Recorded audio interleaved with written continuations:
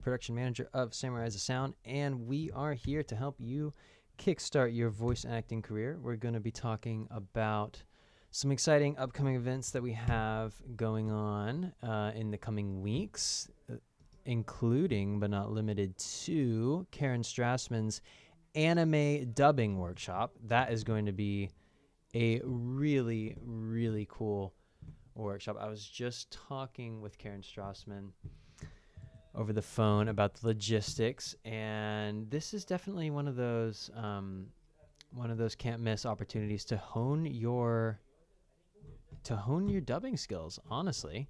And give me 1 second here as I set this up. How often do you get the chance to practice anime dubbing? Honestly, no less with an industry professional. So this is a really good opportunity. Let me pull it up here for you, to practice with Karen. So like I said, this is our community hub. Currently, of course, it's just me, and in a couple of minutes we'll get some members of our community as our email blasts start to go out. Let me just make sure everything is up and running here.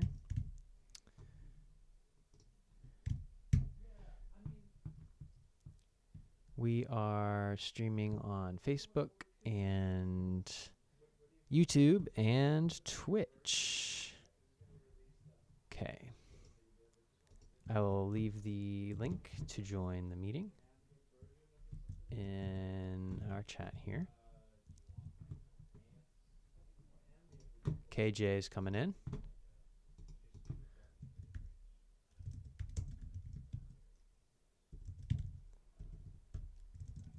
Hey, KJ, how's it going? Hey, Austin. Oh, there I am. Okay. Good to see you. Good to see you too. All right. You have some cool posters. Is that My favorite tale? Yep, I like anime. Yeah. Is that let's see, Rosalina on a Mario Kart? Yes. That's so cool. My wife and I play a lot of Mario Kart.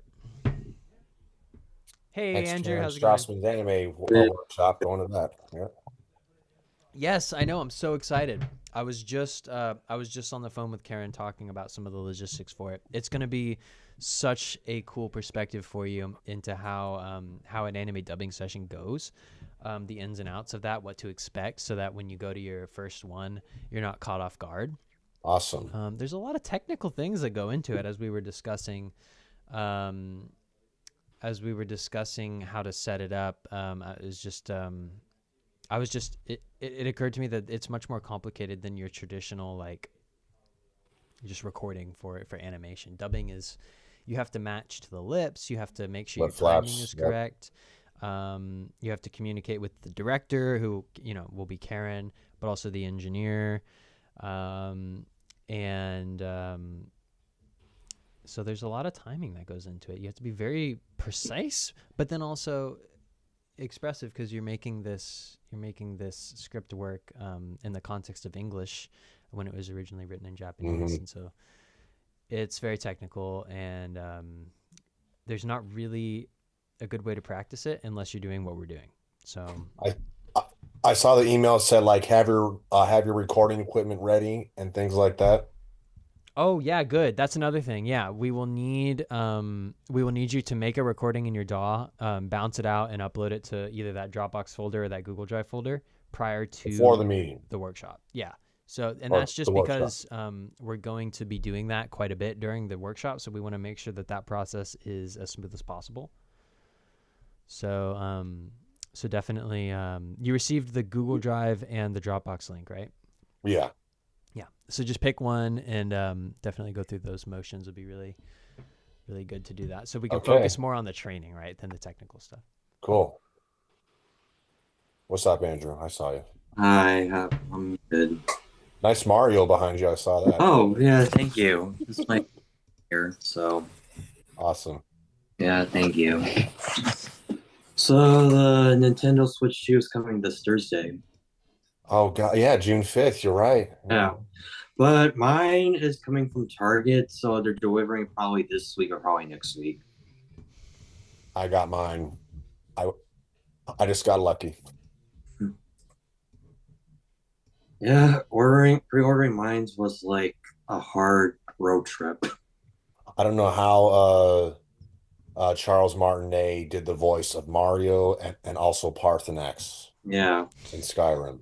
I'm actually meeting him next month in July in Collecticon, New Jersey. Awesome. And I'm gonna also get my Mario plush sign, Luigi plush sign, and my Nintendo Switch 2 autographed by him. I got to meet him at Comic-Con once. He's a really nice guy. He is very nice. To go from "It's a me, Mario" to Yeah. "Greetings, Dovahkiin." Like, geez. Even he What a lives range. next door with Raj, Awesome. the director of Star Hill Studios. Who does? Raj. Yeah, who lives next door to Raj? Charles Martinet. He does? Wow. Yeah. I didn't know that. Call Raj right He now. told me about that. Charles So Martinet, Raj. He lives next door to you. He lives in Sausalito. Yeah. Oh, I didn't know that.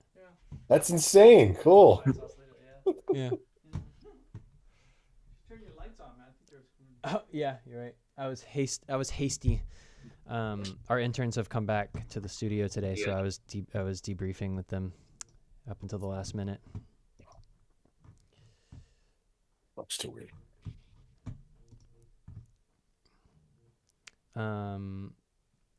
Okay, Miss Larissa. Oh, welcome, Miss Larissa. Great to have you. May I I think- show off my magnificent victory? Please do. Well, darling husband and I went to the Richmond Burlesque Festival. And don't get me started. It was fantastic. It was really marvelous. Well, I'll start a little bit. I think my favorite act was the one where the girl did a spring allergy routine. Her whole outfit was yellow fluff, like dandelion fluff. And so she's taking off fluff after fluff. But her big hero prop was a huge 2-foot-tall bottle of Benadryl. And the climax of her act was when she showered in Benadryl pills. So that was fabulous. But also, you won in the raffle. So look what I got. Is that a mask? Nope, it's 2 little Oh, sparkly flower thingies and a feather. So now I can be the prettiest princess on the Zoom call. You guys try to contain your jealousy. Wonderful.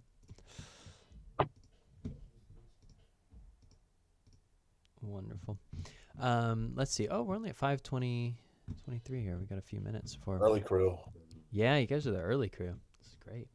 What's the topics we're going to be talking about today, Austin? We have the biggest one will be that anime dubbing workshop, which I've already started blabbing about, and I think all 3 of you are registered for it. yeah, which is actually next week on Saturday. Yes, not this Saturday, but next Saturday. Yeah, That's it. yeah.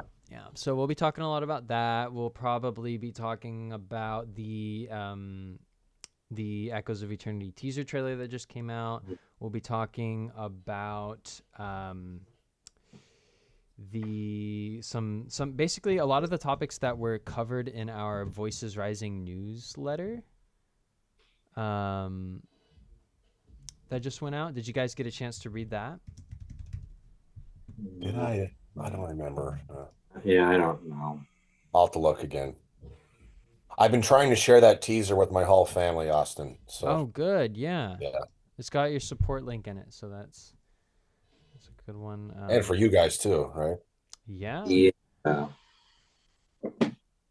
Yeah. Did you get my WAV file by any chance? Let me check our backend system here. It's a good Okay. question.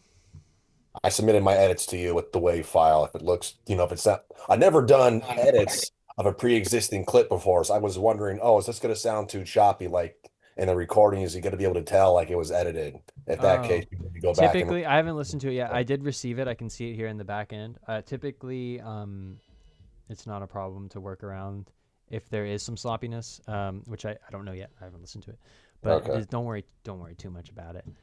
I imagine if you're doing an anime or a video game and you mess up and you do an edit and there's a hard cut and they can tell, but like they want clean audio, right? Yeah, Mm. it just depends. Usually I can edit Okay. around. But yeah, for I mean, if you ever have any doubts, you can always just send it to me and I can listen to it and see if they and give give you another opinion, you know? All right. But yeah, you should be fine for this.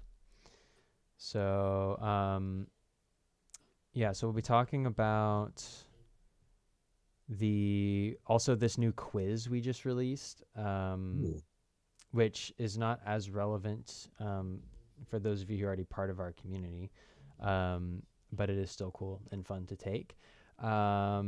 And the workshop replay for the auditioning for video games and anime with Wendy Lee is now available in your workshop and your member library. So we'll talk about that. We'll talk about the upcoming role play workout. I have some additional materials that I've been working on for Voices and Choices, a rudimentary user interface where you can manage your character more easily. So I'll be giving a little sneak peek of that. We'll be talking about my upcoming recording and editing for your demo reel workshop. And those are some of the main topics of discussion for today. That's the one I want to go to, is your editing one for Audacity. I want to learn more about that. It will be a really good opportunity to dive in and learn the ins and outs. Have you registered for that one yet? Not yet. Not yet. Okay. I'll send Me you personally, my summer vacation is about to come up. I got to finish out the school year, and then once I got more time, I'll get on that stuff. Yeah. Even still, I'll just send you Thanks. the link.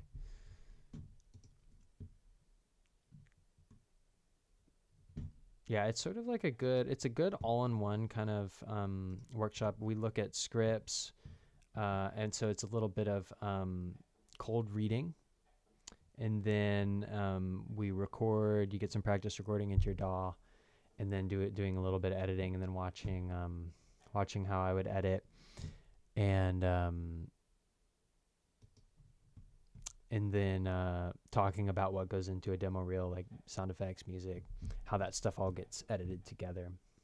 So it's a really fun workshop, and it's short and sweet. It's 2 hours. Let's see, here it is. I'll send that to you in the private messages.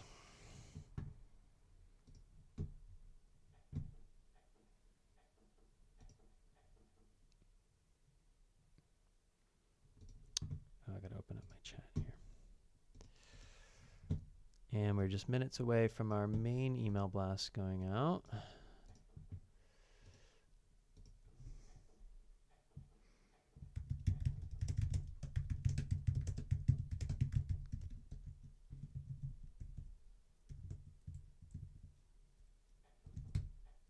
There you go.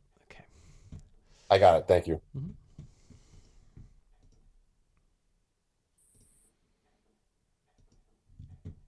And then I always want to try to get YouTube to output to OBS so I can play videos for you guys, but Breathless void to the Hey, birth. Austin. not sure if that's gonna work out. Hey, Sorry I'm Andrew, how's late. it going? Oh, no worries, you're not late. Terrible, actually. I went Of to the gym, gods, played video from the games, watched shaping of anime, but worlds I to didn't the get a chance to practice voiceover because I was occupied. No worries. No worries. Yeah. Testing. Can you hear me? rise of voices born to fade. I heard it. Me too. Interesting. Okay, I figured it out. I've cracked the code. Okay. So we can play that.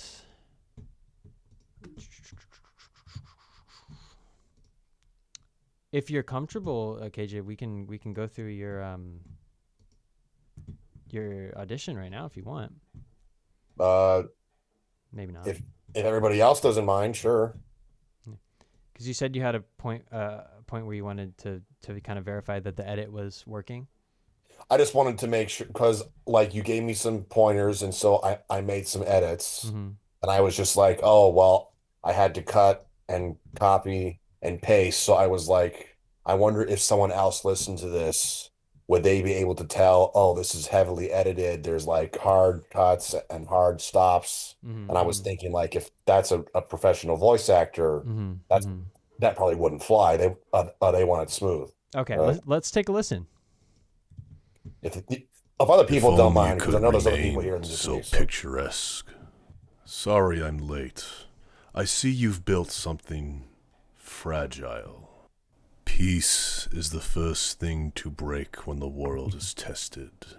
I can see it now, this world of yours, forged in light and solidified in echoes, may flourish for a time in so-called peace, until the first cold wind of hardship comes. Then it shall wither. Adapt to what, gentle rains, endless grass? I'd have thought you, Lozu, would have figured it out by now. that A was the world first that part does to not figure it out. challenge itself is a world that cannot grow. You have given your creatures everything they need to live, but have you given them what they need to struggle? No? Then allow me to introduce myself. I am Botha, the voice of conflict. Did I get the name right? I am hunger. I am pursuit. I am the voice of fangs, of talons, of the silent footsteps in the tall grass. Let there be those who chase, so that the fleet may grow swifter. Let there be those who strike, so that the weary may learn vigilance. Let there be those who take, so that the strong may rise. Destruction? No. Balance. It is struggle, and through struggle, life will become more than it was before. Because of me, this world will endure, and when the time comes, it will thank me for it. Thanks, And Andrew. yet, I will not. Listen, whoever you are, I don't need your interference. No! Then let them know the hunt. Let them know the pulse of pursuit, the weight of the spear, the fire in their heart that drives one to stand and fight. If they are to shape their own fate, let them be strong enough to wield it. And they do not shrink. They stand, they track, they strike with precision. They do not kill for sport, they kill for survival. The fire in them is not recklessness. It is resolve. A hunter who cannot die is a hunter who cannot learn. A warrior who does not fall is one who does not fear battle. If there is no end, where does the struggle go? I think that was it.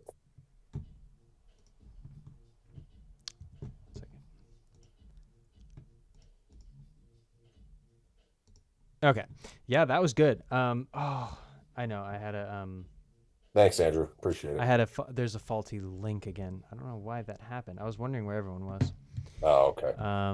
Sorry, I got sidetracked because I was like, where is everybody? The link is invalid. Eesh, dadgummit. Okay. Let me address I'll do that, myself and really then I'll give you some notes. But honestly, that all sounded really good to me. I don't think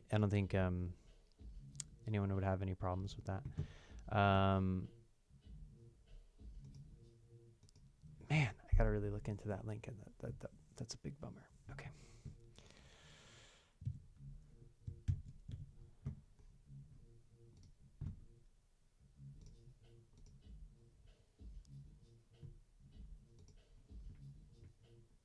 All right, excuse me for just 1 minute. I gotta type out this email.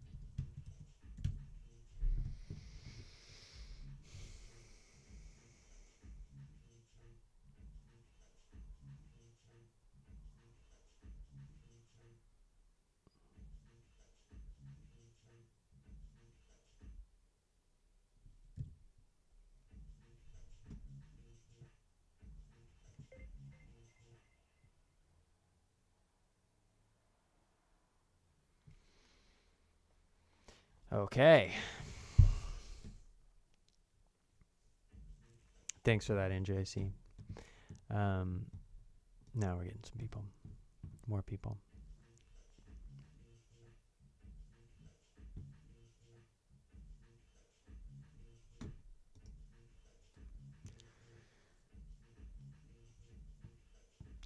Welcome back, David. Glad to be back, Austin.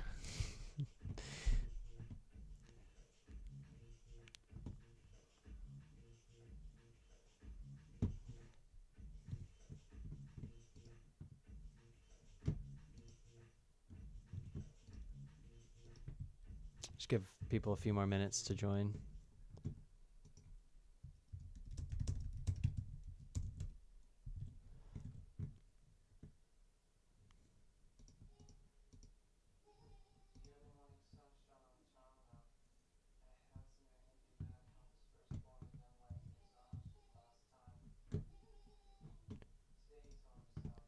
Does anyone have any specific questions that they've been wondering about over the course of the week before we get started with some introductions? One general. I got question. one. I got one. Why don't we Oh, go go ahead, with Leandro. KJ? Let's go KJ first. Oh, okay. Okay. Just a general question about these meetings. Is the Zoom etiquette just to like in general keep yourself muted if you're not asking a question? If there's like 30 people, I might make an announcement about that. But for now, I'd say don't worry about it. Unless, it becomes a situation where someone is oversharing for an excessive amount of time, in which case I might ask them to mute, which does happen from time to time. But for the most part, we try to keep the community hubs a bit casual. And it's always, like Andrew said, it's always a safe bet to just throw it in the chat first. Okay, cool. Just checking. Thanks. But I don't want to sound like, I like to keep it pretty casual for the most part. Some guests have different policies about that. Like, I know Wendy wanted us to all stay muted, but there were a lot of people in that meeting as well, so that was another thing. I come from the world of teaching, so it's like one person at a time mute. So, all right. Okay. I got it. Thanks. Yeah. And also, raising hand is always a good tactic as well. I like that. I'll often do that in Zoom meetings, but I'm not like super, as a host, I'm not super formal about that usually. Okay, so why don't we go ahead and get started with some introductions, and then we'll talk about some of the upcoming events. For those of you who may have caught the tail end of it, we were listening to KJ's audition for one of our productions, so that was really cool to listen to. No, I didn't audition. Sorry. That's okay. Not enough video experience because I didn't get a chance to practice cold reading every 24 hours. Anyway, hey, Leandro, that was my first thing that I auditioned for, and Austin picked me because he's such a cool guy. So, I picked you because you were great for the role. Well, just keep trying, man. You can do it. Yeah, I'll keep doing cold reading every 24 hours. So, with that said, people are still trickling in, but I'll go ahead and introduce myself for those of you. I know we have some new faces. Xavier said he's new. We'll get to you in a minute. My name is Austin David Coffey. I am the production manager for Samurai Eyes of Sound and Strawberry Hill Studio. Strawberry Hill Studio is our physical production studio. That's where I'm sitting this evening. We are just north of San Francisco, across the Golden Gate Bridge. And we do lots of different things. We work on television and movies and video games doing sound. And then I also manage Samurai Eyes of Sound, which is our online voice acting community, where we have lots of voice acting trainings and resources and our own original productions that you can voice in. We'll talk about what some of the upcoming workshops are. I was just on the phone with Karen Strassman from Code Geass and Sonic and Bleach, and we were talking about her upcoming anime dubbing workshop. We're going to be using some clips from Bleach that we've been putting together.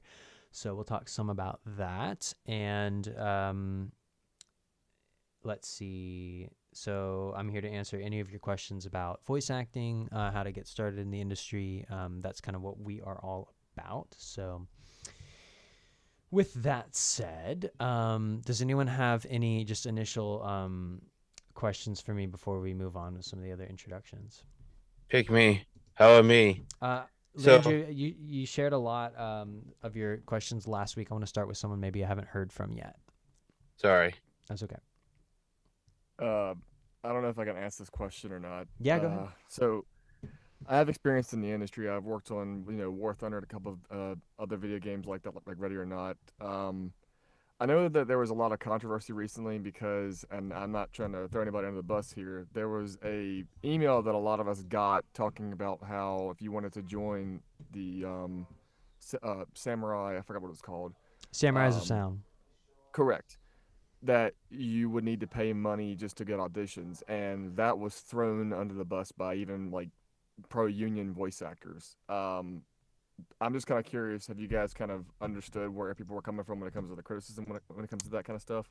Yeah, so the Echoes of Eternity show, the auditions for that are open to the Samurai Sun members. We have this membership with lots of different resources designed to kickstart your voice acting career. You get discounts on our anime like workshops, like our anime dubbing workshop that's coming up.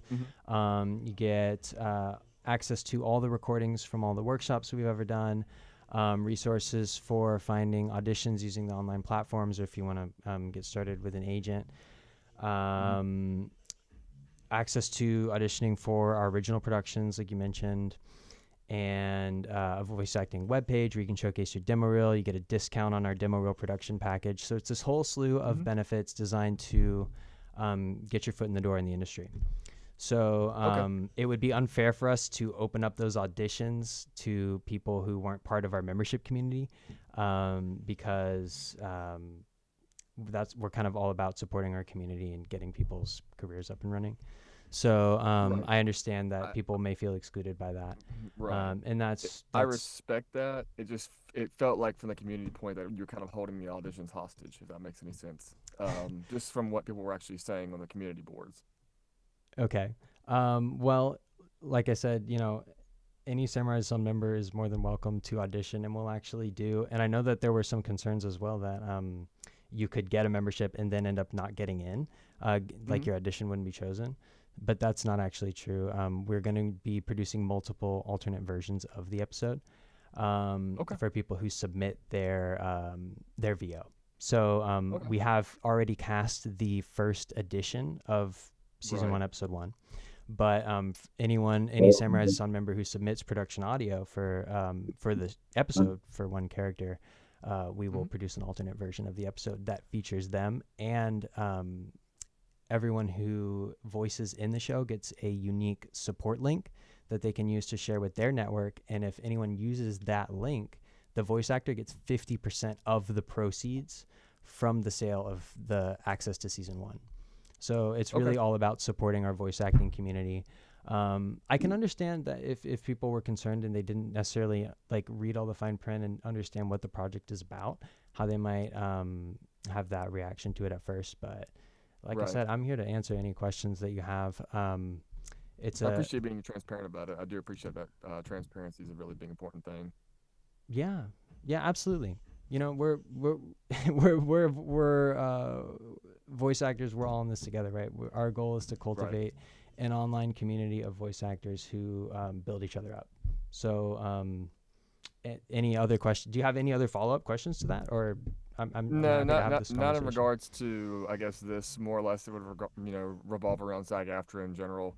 But that's a whole different topic that could fall into an argument at this point, just because SAG-AFTRA, to me at least, they feel like they're dragging their they feel like they're dragging their butts, just because they're kind of causing union actors to not have work, and it feels less like it's AI protection or it's based upon AI protection. It feels more like it's based upon what can I monopolize by essentially extorting non-union projects to becoming union. That's just my personal take upon things. I wish, I am 100% for AI protections. What I'm not for is this whole idea of sort of colonizing non-union work and using this strike as a means to an end, if that makes any sense. That's a really great perspective, actually, Brian. I welcome that. I'm glad that you're bringing this up. Does anyone have any ideas about? I see Raven may have some perspectives that they can offer up for this as well. So please go ahead. I was actually going to ask about because I only recently just heard about this strike regarding the voice acting in America. How does this affect things in Canada in any particular way? If you would know the answer to that possibly. Like productions in Canada, or is it just is it just voice actors in America that are being affected, or is it? Brian, did you wanna address that question if you can? Yeah, it doesn't necessarily directly affect anybody in Canada or Mexico for that matter. It just affects the United States voice actors. If you're a part of SAG-AFTRA, the guild, you have to either live in America or have some sort of agency connection in America. Right. Usually, it's only for those that actually live in the country, unless, well, it's for those that live in the country and those that have previously lived in the country and are still under SAG-AFTRA unionized, not a membership basically. This doesn't affect Equity UK or anything like that. Canada has their own. I forget what it's called. It might actually be Equity. I'm not sure what Canada has, but it doesn't affect Canada at all. What it can do though is this: if SAG-AFTRA doesn't get the deal, which I'm hoping they can, because I do want, I've got plenty of friends that are union actors that they deserve work. And I am 100% for AI protections because AI is an actual genuine threat. I'm seeing it right now where I saw a video today on Instagram where they're actually there wasn't any video of the new actors for the Harry Potter HBO series, but they took the existing photos and made it into actual videos using the original voices from the original films, which is that right there is kind of like, okay, that's that's obviously theft, of course, but it's still, we're reaching a point now where our likeness, our images, our voices can be stolen and we can't do anything about it. Yeah. And AI protection is extremely important, especially in this day of age. I heard I yeah, I'll look more into it. For Canada, it's ACTRA. And from what I remember, there is a tendency in Canada for ACTRA to follow the Americans in whatever Right. is going on. And so I'll look into that more for sure. But I also recently heard, I don't know if this is confirmed or if it's true or not, but I also recently heard that for websites like Backstage and Mandy, they have these new AI provisions where like you can basically have any things that you put on there can be used to train AI. Affect Canadian voice actors. Yeah. I really don't know about that. I don't Hey use guys, sorry to Mandy. interrupt. Raj just hopped on. Raj is has a dual citizenship in Canada, so he Yeah. can address some of this. So Okay. what was the question exactly? I was just wondering if I mean, I think I've kind of answered the question now. I was wondering how the voice actor strike in America does affect voice actors up in Canada here. It's actually good for voice actors in Canada because Oh. there a lot of jobs will end up going to Canada too, right? Because of that strike. So and are you union? You're non-union. Yeah, I mean the rates in Canada are lower for sure, especially you're getting paid in Canadian dollars. You've lost 25% right there, right? But the rates are lower, but a lot of the Actually, work- Raven, I'm Canadian too. Oh yeah, okay, okay, cool, yeah. I mean, there are advantages to having being dual. You can work on both sides of the border. It helps, but the jobs, I don't know if you realize in Canada are the rates are lower in Canada, and the SAG. You don't get paid in USD up here? No, you wouldn't? no, we paid in Canadian dollars generally. There's a few different studios I can turn you guys on to, and some agents in Vancouver. Where are you located in Canada? Vancouver Island, but I'm looking to move to Vancouver in July. So Yeah, I mean, there's quite a bit of voice acting going on in Vancouver, actually. Nice. There used to be a lot of Walla gigs as well in Vancouver. You could get started on the Walla work.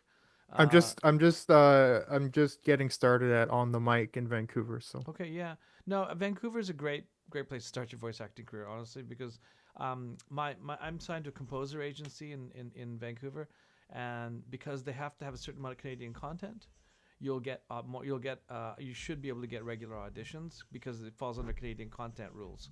So that means you'll be able to go, okay, well, I'm a Canadian voice actor. They have to use a certain number of them. So that gives you a little bit of an advantage.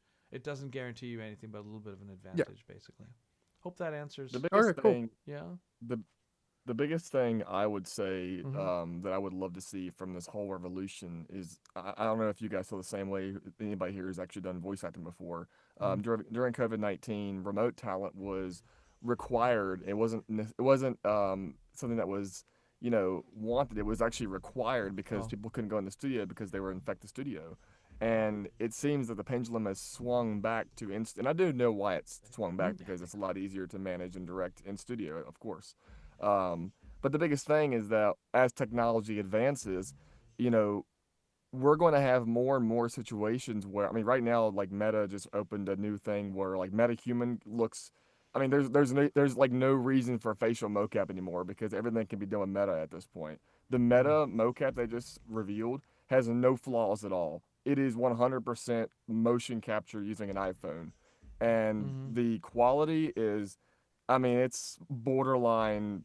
It's almost borderline beyond AAA. I mean, it's. I don't want to use Ubisoft's quote here, but it's quadruple A. What I'm basically saying though is that technology itself is advancing to a point where I kind of don't see a reason why in-studio talent is required more than remote talent.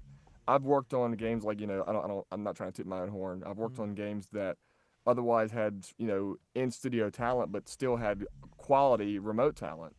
And yeah, sorry, go ahead. I agree with you. I think the days of having people come in the studio are numbered.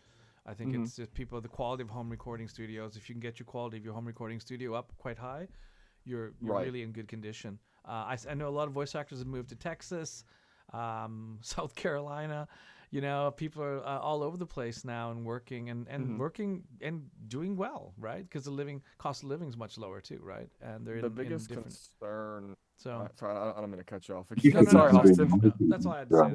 That's all. Another concern is with the AI. If this SAG-AFTRA strike fails, which at this point, I'm going to be honest with you guys, it might actually fail because they had a last-ditch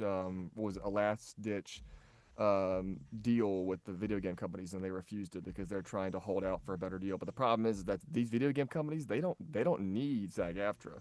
They're rich enough where they could just hire non-union actors, and yeah, it'll be seen as oh god, what's the word, scabbing, but. In reality, in this, I'm not trying to burn myself. I'm not supporting scabbing at all. I want you guys to understand that right now. I'm not supporting scabbing.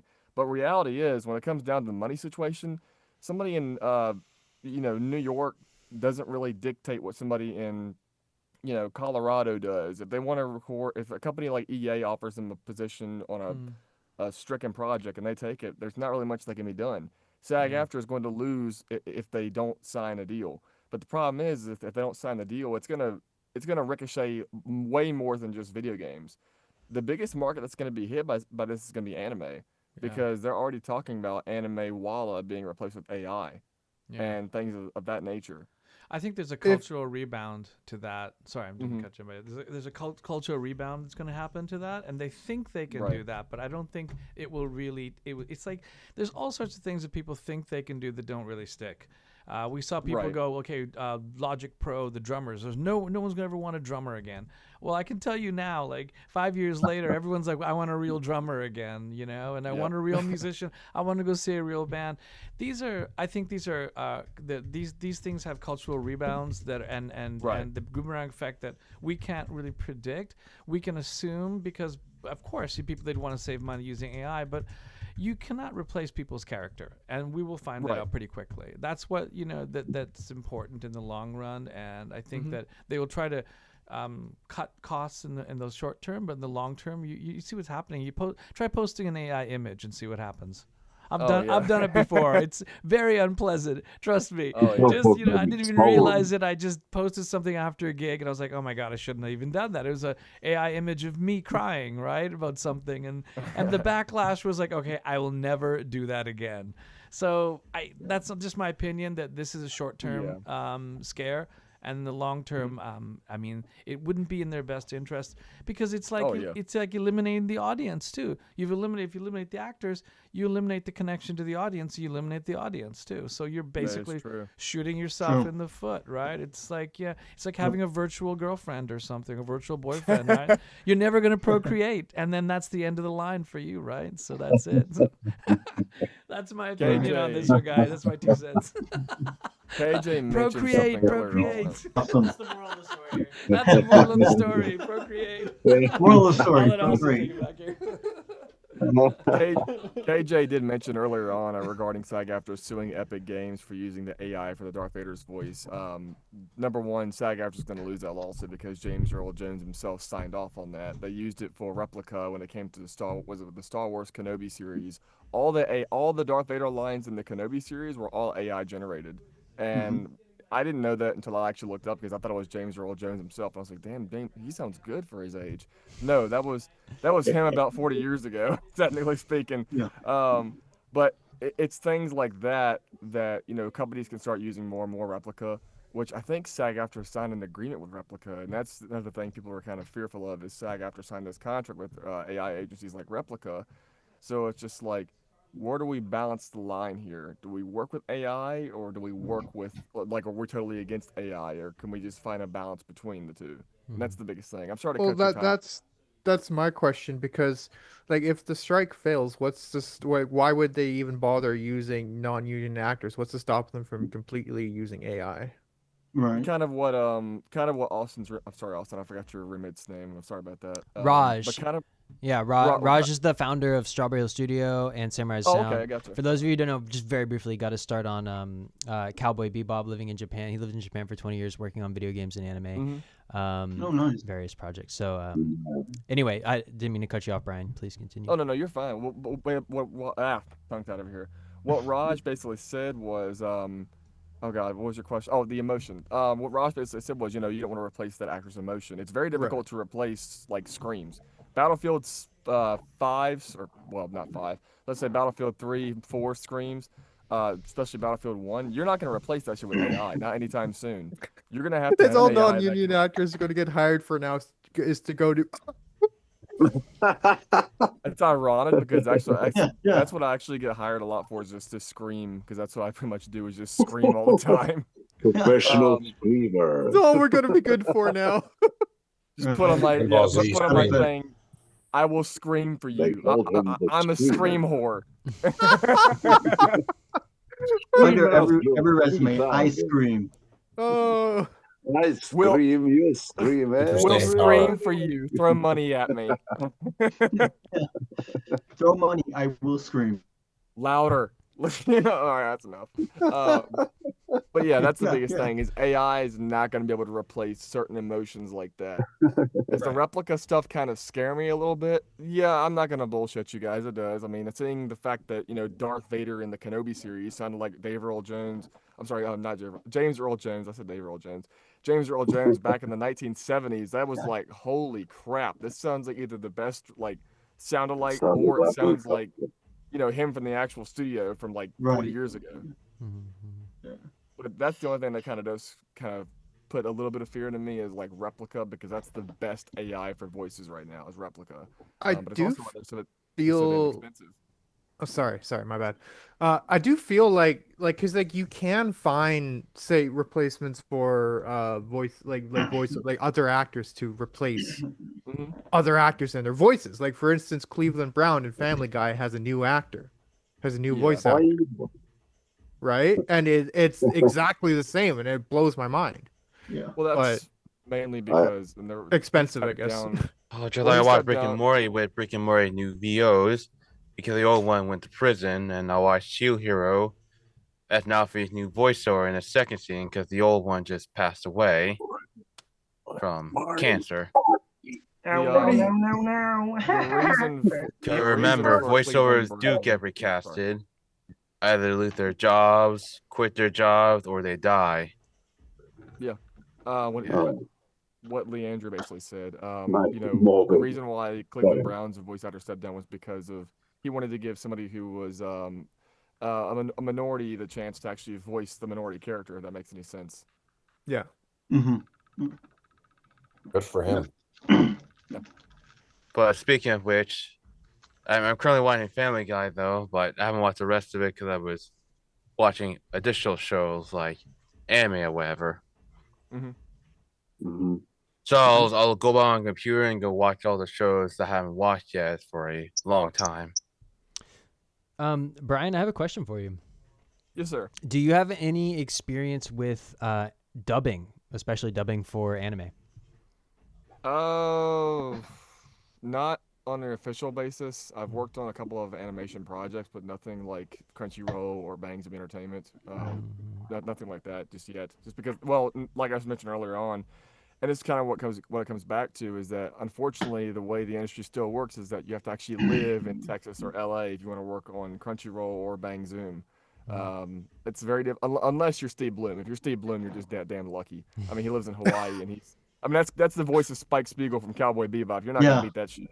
Actually, Brian, I watched the entire series of Black on Cowboy Bebop at least 3 years ago, and then Bang Zoom's in LA, and then Crunchyroll's in Dallas, and we've worked with people from both Bang Zoom and Crunchyroll on. We actually did an anime dubbing workshop with one of the engineers from Crunchyroll, Jose Sandoval. And then, I love Jose. He's awesome. I never met him yet. I believe it's Mami Okada who works at Bang I Zoom. never met her done either. Workshops with her as well. I live too far away. To talk to. Both of those recordings are in the archive as well. But I wanted to. Reason I ask as well is because it's not a very easy skill to practice anime dubbing. There's a lot that goes into it technically. I was on the phone with Karen Strassman earlier today. We were putting together some last minute logistics for our upcoming workshop, and we were talking about how we're putting together the clips. We're using clips from Bleach, and it just occurred to me that, like, even if you're an established voice actor in the industry, it might not be something that people get the opportunity to practice a lot. It's very much a technical skill where you have the 4 beep, beep, beep, beep, beep, and then you're syncing to lips. Pain in the ass. Yeah. So I was just interested. I wanted to provide a link to anyone who might be interested in getting some practice in anime dubbing. It's not this Saturday, but it's next Saturday. And Karen Strassman will be your director, and she's of course, she's doing Sonic and Code Geass and me, Austin. I will get to practice. Did Karen work with Lottie Manella by chance, Austin, or was that before? I'm not certain, but she's worked with so many people on so many different projects that statistically the answer is yes, but I don't know. Lonnie was the original Rouge the Bat and Sonic the Hedgehog. Oh god, what the hell was it? Something 2. I don't know what it was called. Sonic the Hedgehog something 2. Yeah, well, Karen's the new Rouge, so maybe they did. Oh god! Oh no! That's something you could ask her if you go to the workshop for sure. I didn't know that. My bad. Actually, whoops. No, I mean. Actually, Austin, I changed my mind.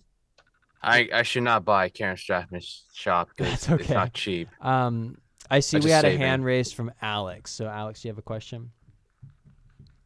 Oh no, I was gonna ask, are these workshops free? But then I just saw the link. Oh yeah, I think this one is $249.90. Yeah, $249.99 a ticket. If you're a member, you'll get 30% off. If you're a black belt member, you can register for included in your membership. How many hours is it? Just curious. It is a 4-hour workshop. Actually, it's pretty good. 11 a.m. to 3 p.m. Pacific time on Saturday, June 14th. So not this Saturday, but next Saturday. And we're using question about that too, clips Austin? from Bleach, the anime. Yes, KJ. Sorry, I tried to click the hand button. I didn't get it, but No, you're totally fine. So I did ask before. You said that you want us to record ourselves before. Is there any guidelines or recommendations that you would give us about what we record going into this workshop? The purpose of that is just to make sure that you're comfortable going through the motions of exporting your own audio from whichever DAW you're using, importing it into our file share service, and then so our editor can quickly import it into the session. That's going to cut back on a lot of the back and forth time, and make sure that everyone has as much time as possible to rehearse. So there's really no guidelines for what you should record, just something. Just practice making sure your setup is functional, right? And that you're... Would using a line from Bleach or Code Geass get you bonus points with Karen? Yes. Nice. No, you gotta do Dragon Ball Z. That's what you got to.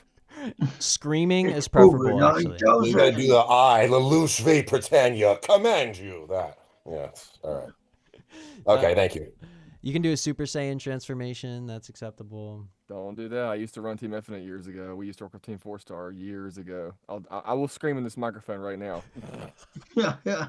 But no, you know, when it comes down to it, the biggest thing with anime is just the looping and the dubbing itself. Looping is a pain in the ass. I'm sure you know, Austin. It's you've got to match the beeps exactly, but that's not that's not the hardest part. The hardest part is also, I mean, the easy stuff is like the humps, like things like that. Simple, small emotions you have to make, you know, noises for. The difficult stuff is when you have to do a beep and scream at the same time, and the scream has to match the pre-existing. Yeah, that's the fun part. Yeah, not only do you have to have mechanical precision, but you also have to be an actor, and that you can't sacrifice the part. So it's like two different parts of your brain going. If you're a musician, it's a little bit easier because you're used to working with the timing, that you know, precise timing. So it's something that it takes some practice, right? So it's a good opportunity coming up. Yeah, for that. Hey, JC, welcome. No worries if you need a minute to set your mic up. Wow, fascinating discussion. This is just great.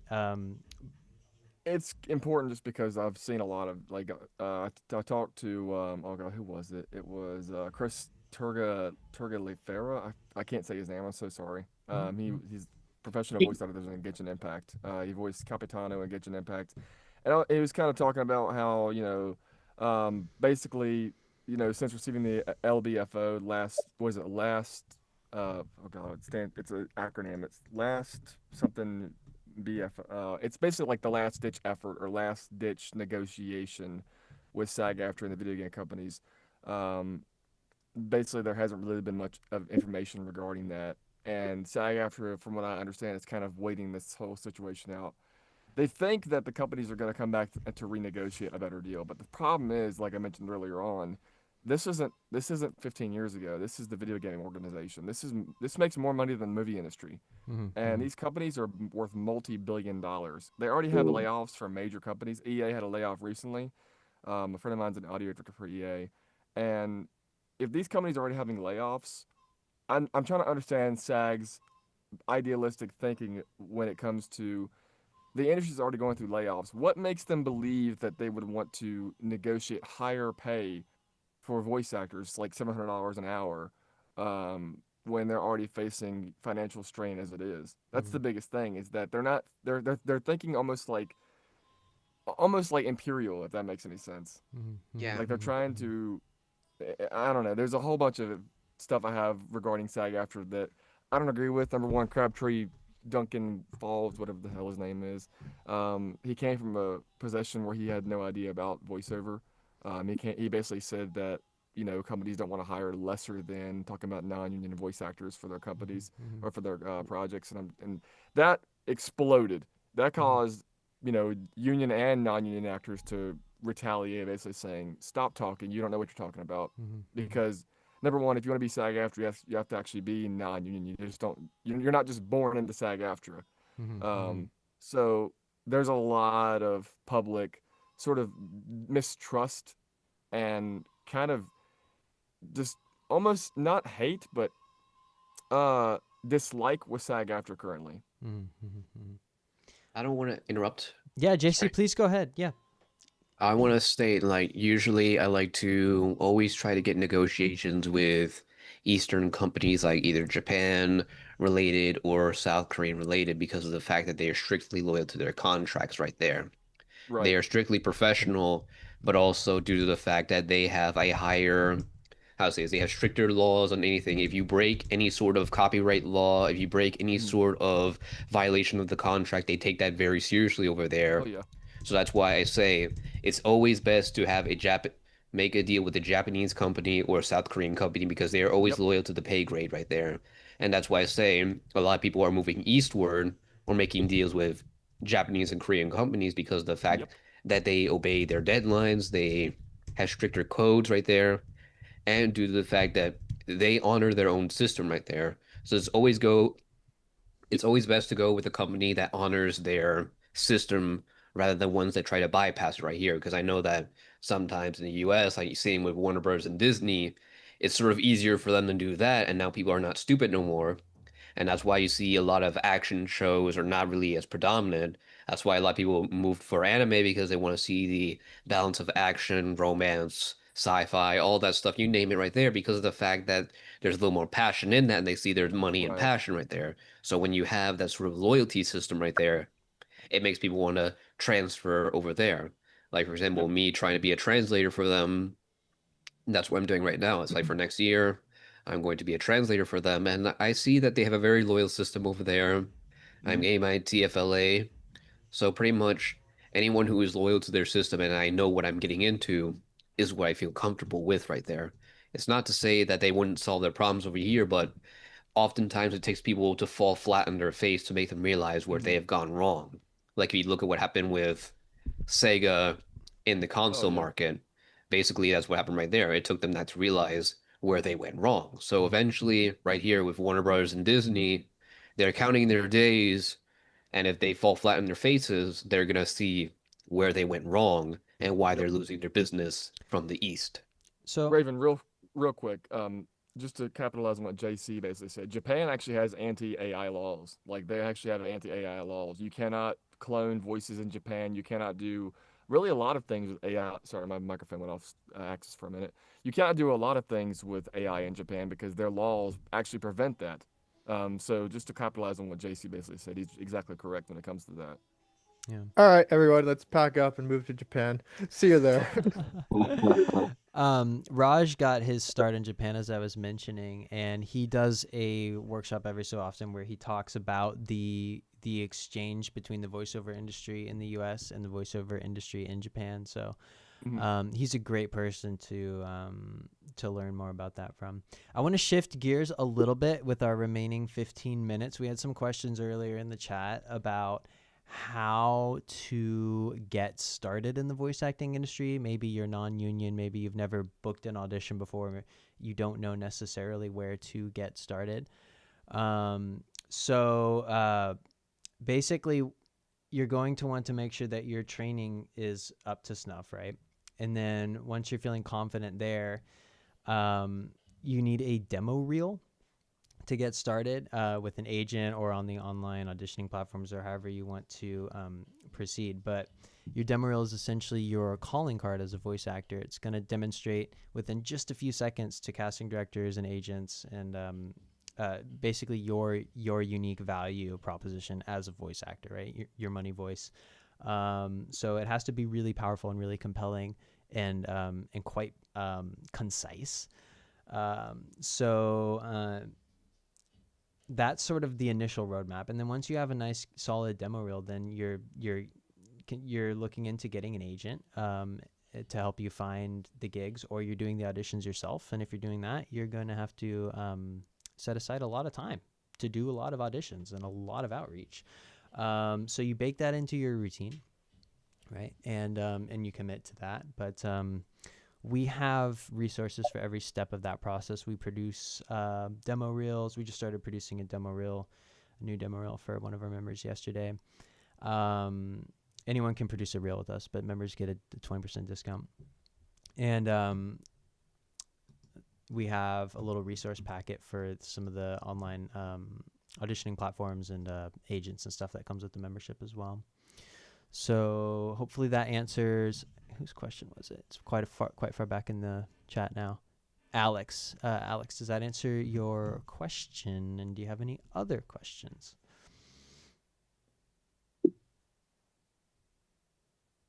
Is Alex still here? I think, yeah, he left. I think he left. Okay. Well, does anyone else have any follow-ups on that? What length? Yeah. Simon says, what length should your demo reel be? Yeah. We generally Usually- produce our Yeah, reels probably, between. yeah, because like I know with the acting reels are normally 2 to 3 minutes, but 2 to 3 is a long reel for a voice acting. I don't think. boy, I don't think a yeah, casting I director know. would listen to the whole thing. 45 seconds to 130. 45 130 should seconds. be your max usually. I agree. Is that Yeah. like, and you are you doing like everything you can do in the reel, or do you just are you So- doing several different reels? So are you That- doing like one reel just cookie voices, or one reel news presenting RP? You know, What type of what kind of demo are you talking about? That's the biggest thing. Are I you mean, talking about- I can do everything. So Well, no.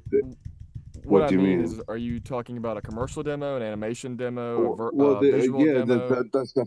Yeah, so this, yeah, so the voice reel, you know, you said it's like your business card, but it's like Right. I've got several CVs. You know what I mean? It's Well, just so what we do, Simon, is when you do the demo reel package with us, you'll book a consultation with our team, and we'll talk about what kind of reel you want. If you want a character reel or a narration reel or a commercial reel. And then we will get references from you. Maybe you have recordings already from like various other Yeah. goings on, or you have references like characters that you know are in the same wheelhouse as you. And we will write your scripts for you if you want, completely original. And then we'll kind of guide you through the recording process. To answer your question about the content, it's actually really good to include the best of your authentic voice pretty early on in the reel, if not the first sort of cue on the reel, to give casting directors an understanding. It's changing, you know what I mean, Larry? Yeah, and you've got a huge variety, so that's good. So you do what you're best at first, and you spotlight that, and then you highlight the versatility as the reel goes on. And these scripts are really short; they're like 5 seconds, 5 to 6 seconds to really fit in a whole script. So it moves really quick. So the scripts have to be tailored in such a way that you're telling. If it's a character reel, you're telling a whole story in a very short period of time, and that a lot of that comes with the music and the sound effects as well. But that you're telling a story. I've done quite a lot of audio dramas. I've also did a motion capture pilot episode for something that's top secret, but that's coming there. You might see that soon. Coming soon. So there is stuff there, and I've done various voice stuff over the years. But yeah, my question really was, so you do have separate things. You have several different versions. You have your characters, and then you have your. Yeah, you can produce like very broadly, like you can have character reels or commercial reels or narration reels. You can produce as many as you want, but realistically, you want to just start with one that's going to showcase as much of your talent as possible, because they're expensive to produce, right? Our demo reel production package is $997, so members get a 20% off. But you want your reel I can do that myself. I'm not gonna lie. I've got a degree in it, so it's just I've had studios in the past. It's just life happens sometimes, you know what I mean? It's just I've still got my Rocket 8s in the cupboard. Like I'm just getting back on track, you know. So to be honest, I keep getting these links sent to me, and maybe it's fate. And to kick up the arse to get back in gear. That's okay. We're doing our job then. That's what I like to hear. Yeah. If anyone is interested in getting their demo produced, I'll drop a link in the chat. That'd be really cool. Oh, sorry. Austin, can you hear me? Oh, sorry. Yeah. I didn't know. So Simon, kind of going off what I said in the chat, basically. So character demo, what I also basically said, that is to show off your uniqueness. It's to show off your range, your tempo, and everything else. It's not exactly showing off silly voices. It's like somebody asked me a long time ago if I can do like a Squidward voice. Am I going to get hired? No, they already have a Squidward. Why would they want to hire you for Squidward? They want It's to hear showing off something new. your right. It's they want to hear something new. What can you but it's basically showing off what you can deliver. What about you is unique? Commercial demo. No, I'm real good at. I'm really good at. I could be the AI guy. I'm really good at mimicking what I hear very well, though. Yeah. Right. That's great. But the problem is, I mean, in this. But I don't want to do that. I want the original stuff. Yeah. Right. That's the biggest thing. Anytime you do character demos, you never want to. Never. Copy Everything the light touches is like none of that.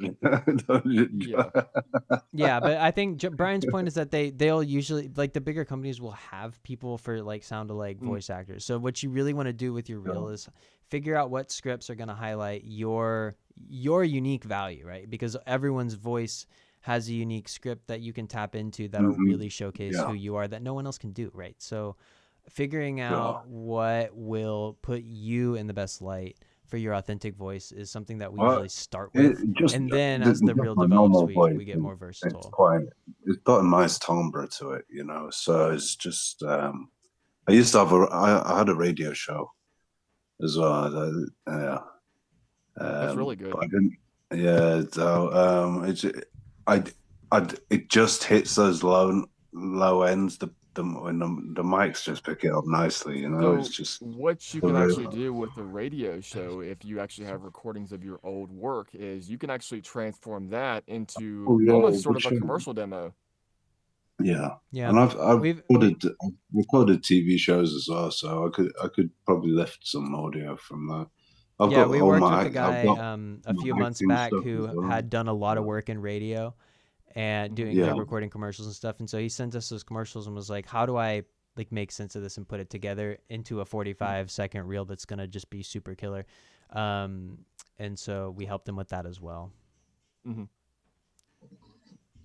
When you put your reel together, do you think you have do you kind of try and tell a story or something, or have a narrative? Well, each script has to tell a story in and of itself if it's a character reel, but between scripts, no, it's not a cohesive story. You're trying to showcase your versatility. Could you try and do something? You want to avoid that, because what that's going to do is you're like, what the fuck is going like like, what the hell am I listening to right now? Raven has a question. You've been very patient. Let's hear Raven's question.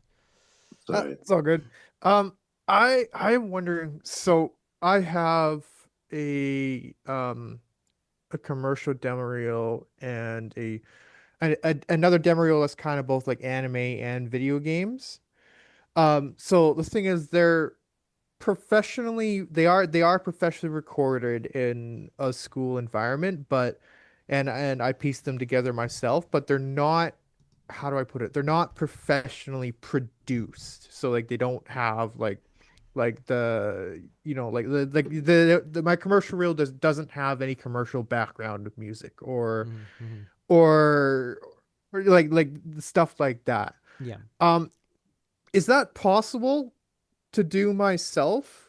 Like, could I do that because I have the reels, I just don't have them. Could I professionally produce it myself, or should I go to somewhere like you guys to get it professionally produced? I wouldn't recommend getting it done yourself unless you have experience when it comes to audio design, audio directing, and just a lot of mixing, because that is your professional portfolio to be shown to the world.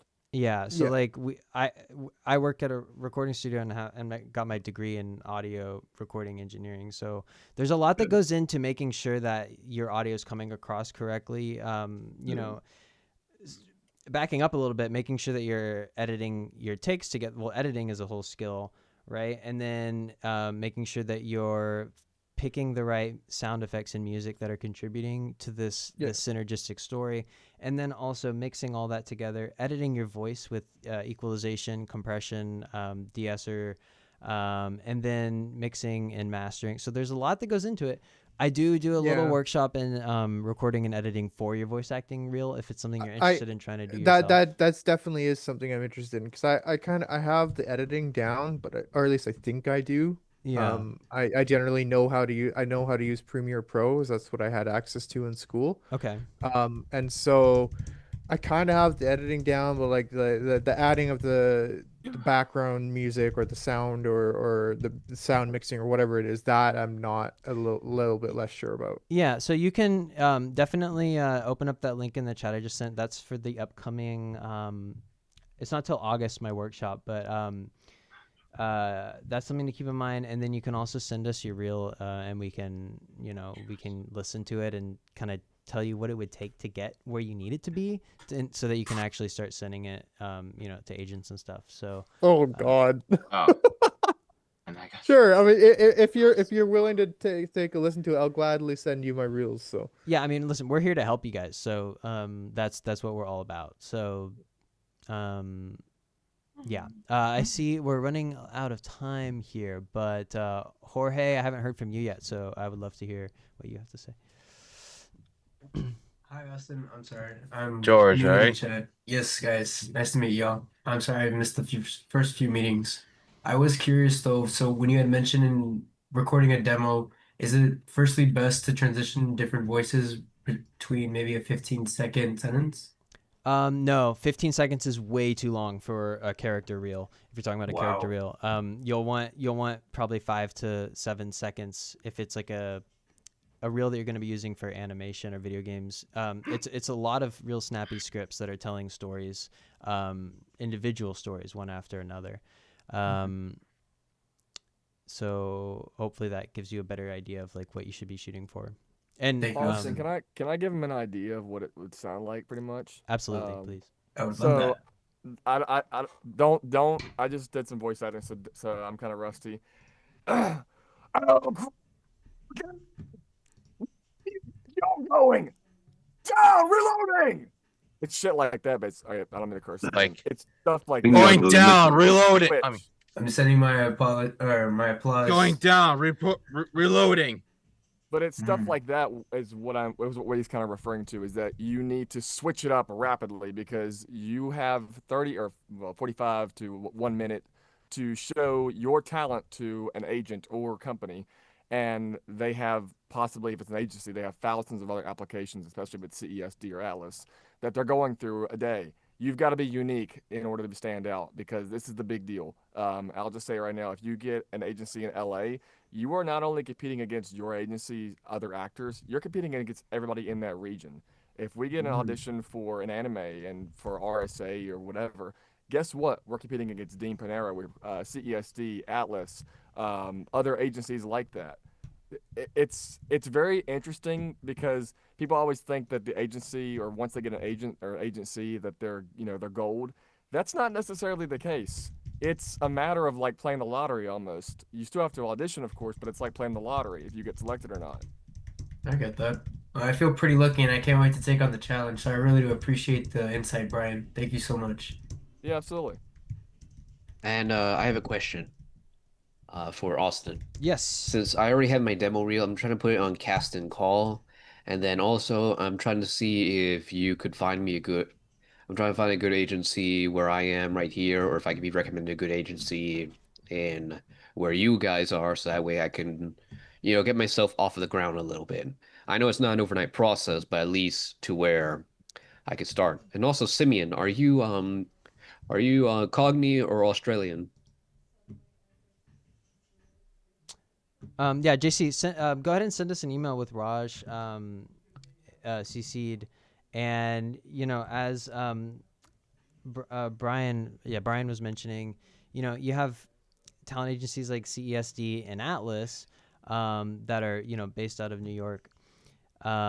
There's a big resource packet, if you haven't taken a look at it yet, in your member library, that has a list of like 20 voice over talent agencies. So definitely take a look through that, and then send us an email and we can talk more about that. I also put a link in. We're running out of time here, but I put a link in the chat if anyone's interested in learning more about the resources we offer, workshops, voice acting demo reel, original productions, and use that link to book a one-on-one consultation with us, and we could talk more in detail about anything specific. Let's see. I'm sorry, Ross. Repeat that again one last time, please. Well, essentially, if you want to talk more in depth about getting started with some of the resources we're offering, like if you want to produce your demo reel or you want to join our community through the membership community or anything that you've heard, like a voice acting workshop you're interested in, use that link I just put in the chat to book a one-on-one consultation. It's usually Raj, but it can also be me. And we're happy to answer any more questions in depth. But for now, this has been a riveting discussion. I mean, just really great. Actually, I'm so Austin, thankful to have heard perspectives from Brian, especially with the union, and Raven's perspectives about Canada and being a Canadian voice actor. And how the Same strike here. is impacting that. Same here, Austin, because I And- want to become a Canadian voice actor too. Yeah. And so I just want to wish you all a wonderful week of training and auditioning and voice acting. And next week we have our role play workout. And then the week after that, we will be back for another community hub. So keep an eye on your emails. And again, you can use that link to book a consultation with us. So great. with that said, I want to wish you all a wonderful evening, and I'll see you soon. Yeah, Thanks, absolutely. And Austin. the biggest thing See ya, Austin. before you guys all leave. All right, see you, Austin. Remember to have fun. That's the And biggest see thing ya, with this Brian. industry. 'Cause- Have fun. Gotta have fun. Yep, that's part of the job. Yeah, have you fun. too, KJ. Definitely. Yeah. And vocal Yeah. health. I Vocal will. health. That's true. Oh, yeah, I will. definitely. Yeah. Try to Yeah. Shout, take care of yourself. if you're doing All right, an we audition, will, we will, drink we will, coffee. we will. Yeah. Yeah, try to avoid dairy.